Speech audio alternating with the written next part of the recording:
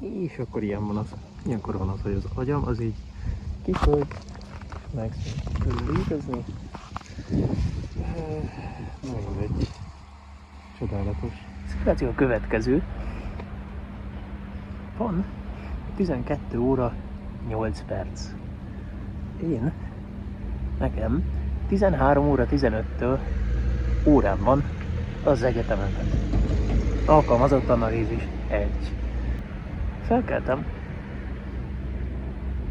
Kellett egy szolid 2 óra, hogy kikászelődjek az ágyamból, mert különféle módokon így le voltam fagyva, és így nem tudtam, ilyen képtelenség volt akármit csinálnom. Aztán utána végül nagy nehezen kikeltem az ágyból, még az is volt egy fél órás procedúra. Megettem. Fontos pont.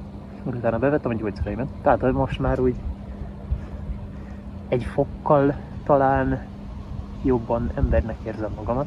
Úgy remélem nem jön erre senkivel, nem tudom. Tehát hogy a szorongásom az még van olyan szinten.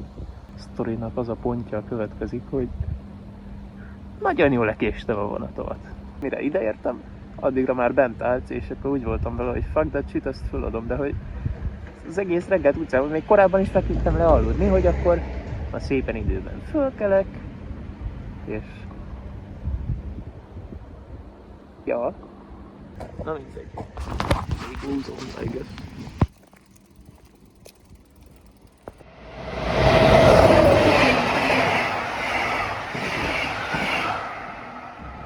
Na tehát, érdekes szituáció, ez egyben egy kihívás magammal szemben, mert